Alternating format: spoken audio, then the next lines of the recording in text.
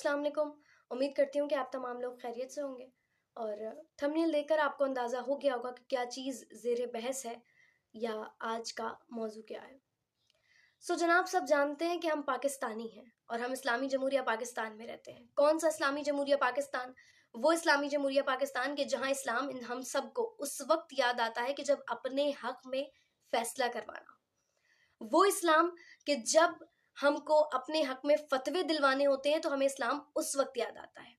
वो इस्लाम जो अदालतों में अपने हक में फैसले करवाने के लिए इस्तेमाल किया जाता है। हम इस इस्लाम को जानते हैं और किसी इस्लाम से हमारा वास्ता नहीं है। अगर हमारा वास्ता होता तो हम जाहिल जपट लोगों की तरह उस खातून को हरासा न करते।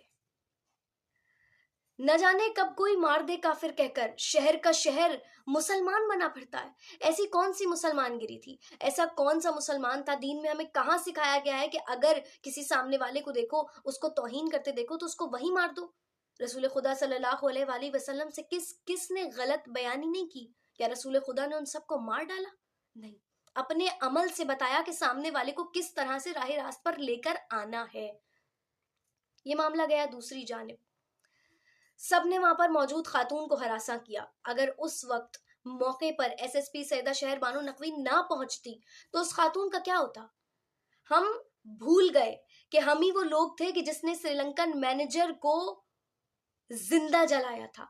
वहां भी एक मलिक अदनान अवान जैसा शख्स मौजूद था कि जो उसको बचाने की हर मुमकिन कोशिश कर रहा था, लेकिन लोग इतने थे कि जो उसके ऊपर टूटे हुए थे, जो उसको मारने के दर पे थे, उसकी जान लेने के पीछे थे।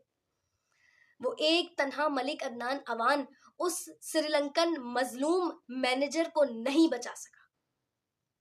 लेकिन हाल में जो वाकया हुआ उसमें एसएसपी सैयदा शहर बानो नकवी ने जिस तरह उस खातून की जान बचाई, सवाल ये पैदा होता है कि जो मौलवी हजरात इस अरबी कैलीग्राफी के ऊपर आवाज उठा रहे हैं, गालिबन जहां तक मेरी मालूमात है, मेरी नॉलेज है, मेरी इंफॉर्मेशन है, कोई मुफ्ती जब बनता है तो वो कई स्टेजेस, कई मराहिल से गुजर कर बनता है। जब कोई आलिम बनता है तो वो कई स्टेजेस, कई मराहिल, कई लेवल से गुजर कर बनता है। जब कोई मौलवी बनता है तो वो कई स्टेजेस, कई मराहिल, कई लेवल से होकर गुजरता है। और उनको जब मदारिस में पढ़ाया जाता है तो उनको कई तरह के उलूम पर गिरफ्त हासिल करवाई जाती है, उनको कई तरह के उलूम पर अबूर हासिल करवाया जाता है, इल्म नहव, इल्म सर्फ। तो क्या अरबी जबान नहीं सिखाई गई? आप कैसे मौलवी हैं? आप कैसे मुफ्ती हैं? आप कैसे आलिम हैं? आपको अरबी नहीं आती? जो एक आम इंसान, हमारे घर का बच्चा बता सकता है कि इस पर क्या हुरूफ लिखे हैं, वो अरबी का एक लफ्ज आपको समझ नहीं आया और आपने डायरेक्ट तौहीन का फतवा लगा डाला। किसी की जान जाए, हमें इससे क्या? हमें तो खुद को सच्चा मुसलमान साबित करना है कि हम सच्चे मुसलमान हैं, हम दीने मोहम्मद के अलमबरदार, हम दीने मोहम्मद के वारिस हैं। चाहे हम दीने मोहम्मद के ऊपर चल रहे हो या ना चल रहे हो। जो दीने मोहम्मद की राह रसूल खुदा सल्लल्लाहु अलैहि वसल्लम ने दिखाई थी, क्या उस राह पर चल रहे हो? हम किस राह पर हैं, किस रास्ते पर हैं, हमें नहीं मालूम। हमें सिर्फ इतना मालूम है कि हम सही हैं और सामने वाला गलत है। और फिर सोशल मीडिया का दौर है, हर वीडियो हमारे सामने बजरिया सोशल मीडिया आ जाती है। फिर आखिर में हमारे पास एक वीडियो आती है कि जिसमें उस खातून को हिजाब करवाकर, नकाब लगाकर, अबाया पहनाकर दो मौलवियों के बराबर में बिठाया हुआ है और वो खातून माजरत ख्वाह है। खातून ने तो कोई गलती की ही नहीं। खातून ने तो सिर्फ एक ब्रांड का कुर्ता पहनकर के जिसके ऊपर एक अरबिक कैलीग्राफी हुई हुई है, उस पर लिखा है हलवा जिसका मकसद है हसीन खूबसूरत, उसने तो सिर्फ एक लिबास जेबतन किया। उसको क्या मालूम था कि वो किस जहालत के मुआशरे में आ गई है?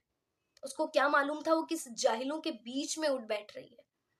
और उसके बावजूद उस खातून से माफी मंगवाई जाती है। ये है हमारा इस्लामी नजरिया, ये है हमारा इस्लामी जमहूरिया पाकिस्तान के जहां पर इस्लाम को ऐसे इस्तेमाल किया जाता है।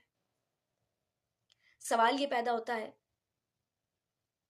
कोई अहले इल्म वहां मौजूद नहीं था? खुदा जाने हमारा क्या होगा, इस मुल्क का क्या होगा, इस मुल्क के लोगों का क्या होगा। परवरदिगार आलम सबको अक्ल दे, हिदायत दे कि वो दीने मोहम्मद का हकीकी मायनों में प्रचार कर सकें और हकीकी मायनों पर दीने मोहम्मद के रास्ते पर चल सकें। जज़ाकल्लाह।